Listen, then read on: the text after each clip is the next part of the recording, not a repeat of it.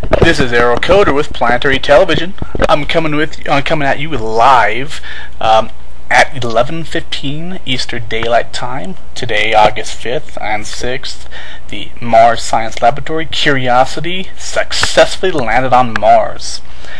The first 4 images have come out, and they are available if you go to facebook.com/PlanetaryTV or Planetary Television.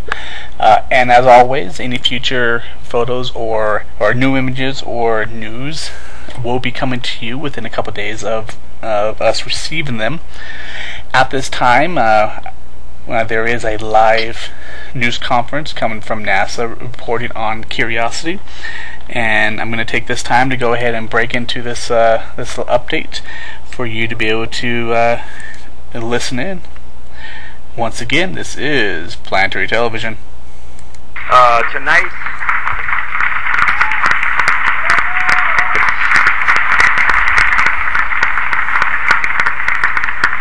as incredible as our feat was tonight, we just succeeded one more time in raising the bar even higher. New technologies never invented or attempted before were created for this incredible journey. Curiosity's final descent was dubbed 7 minutes of terror because in its 7-minute trip to the surface, it had to slow down from 13,000 miles an hour to 0. And I think you've heard this before. That's like driving 65 miles an hour on a freeway and coming to a complete stop in about 2.1 seconds. Hundreds of other things had to go just right, including a parachute slowdown at supersonic speed, 8 rocket engines to power a final descent and final soft landing by a new sky crane landing system.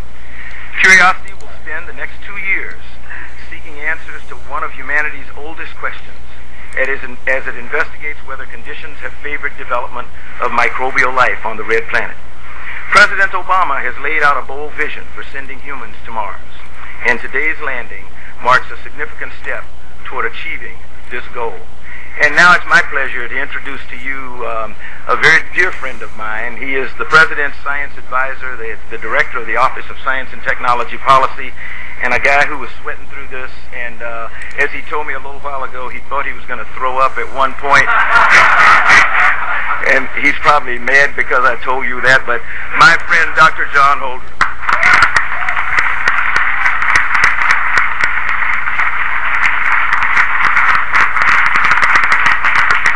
I wanted to start by saying thank you for sharing that, Charlie. Well, today on Mars, history was made on Earth. The successful landing of Curiosity, which is, as Charlie has said, the most sophisticated roving laboratory ever sent to another planet, marks what is really an unprecedented technological tour de force. It will stand as an American point of pride far into the future. It's also just the latest example of a long-standing truth about the United States, that even the longest of odds are no match for America's unique blend of technical acumen and gutsy determination.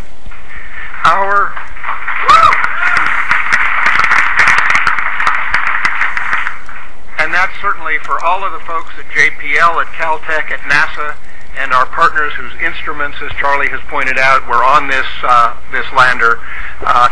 Big thanks are due to all of them. Our continued preeminence and progress in space, and here on Earth in other domains such as biomedicine and healthcare, clean energy, national security, advanced manufacturing, all of this depends on our continuing commitment to science, technology, and innovation, and passion for adventure that has driven us to explore new worlds. By sustaining our investments in basic research,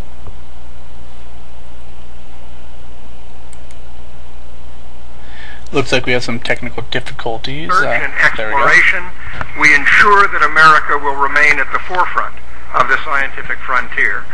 So I really want to personally congratulate, on behalf of myself, but also on behalf of my boss, President Obama, the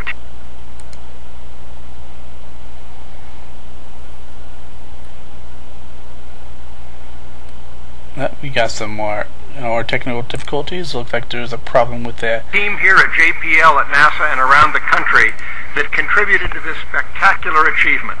I can only imagine what incredible data and new understandings are going to be uncovered in the coming days, months, and years because of this success. Landing the Mars Science Laboratory rover Curiosity on the surface of the red planet was by any measure the most challenging mission ever attempted in the history of robotic planetary exploration. And if anybody has been harboring doubts about the status of U.S. leadership in space, well, there's a one-ton automobile-sized piece of American ingenuity on the that is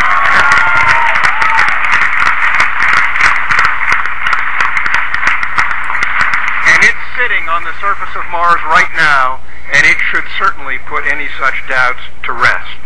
President Obama has challenged America, as Administrator Bolden just said, to send humans to Mars in the 2030s. And Curiosity is going to provide critical information about the red planet and what our astronauts will find once they arrive. The administration is committed to a vibrant and coordinated strategy of Mars exploration and planetary exploration more generally, and continuing America's leadership here on Earth and throughout the solar system. So congratulations again, and long live American curiosity. Thank you.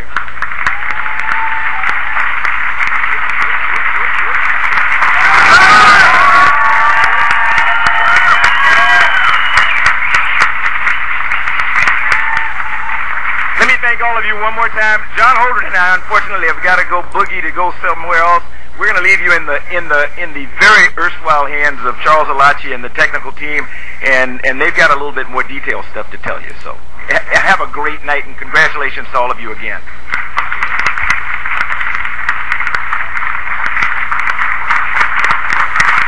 Hey guys, before we start, we have a new picture of Mars. Come on.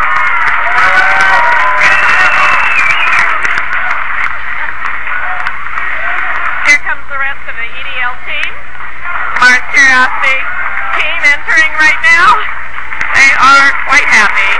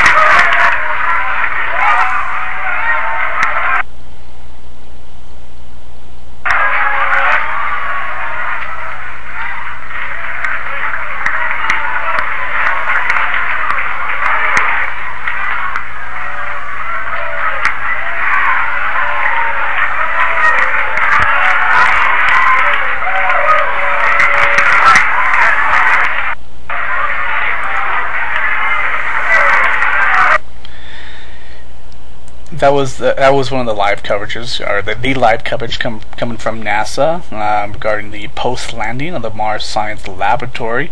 At this time, we're reaching the end of our news update.